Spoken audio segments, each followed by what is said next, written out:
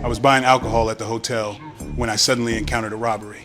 Everyone was terrified and obediently got down on the ground, but I didn't even turn my head and continued selecting my drinks on my own. The robber was stunned. He thought I was being extremely rude, not treating him as a dangerous person at all, so he poked my back with his AK-47, telling me to turn around. But I calmly remarked that where the gun was aimed couldn't kill me completely. I swiftly grabbed the gun and pointed the barrel directly at my own heart. Seeing the robber didn't quite like that, I then shoved the gun into my mouth. The robber was terrified by me, but I wouldn't let up. I pointed the gun straight at my own forehead and even cocked it for him. You're fucking crazy. Seeing him so cowardly, I instantly lost patience. Shoot me! Shoot me! Shoot! You either shoot me or stop wasting my time. Another robber lunged at me, and I decisively took action, easily subduing him. Seeing the robbers were no longer moving, I calmly selected a bottle of alcohol and then pulled all the money out of the robbers' pockets. Keep the change.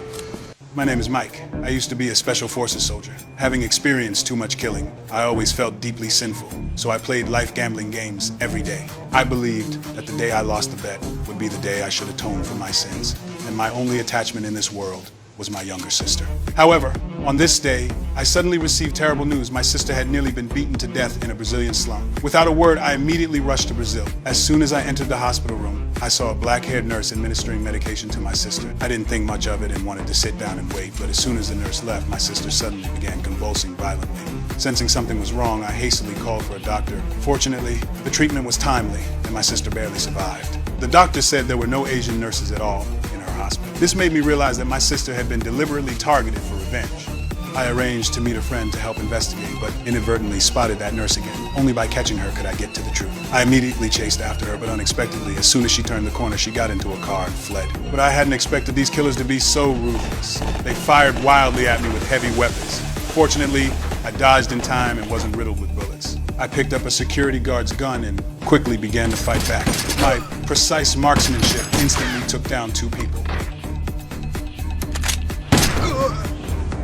Then, with a burst of controlled fire, I completely gained the upper hand. Seeing they were no match for me, they hastily fled in panic. I pulled up photos and identified the suspicious culprits.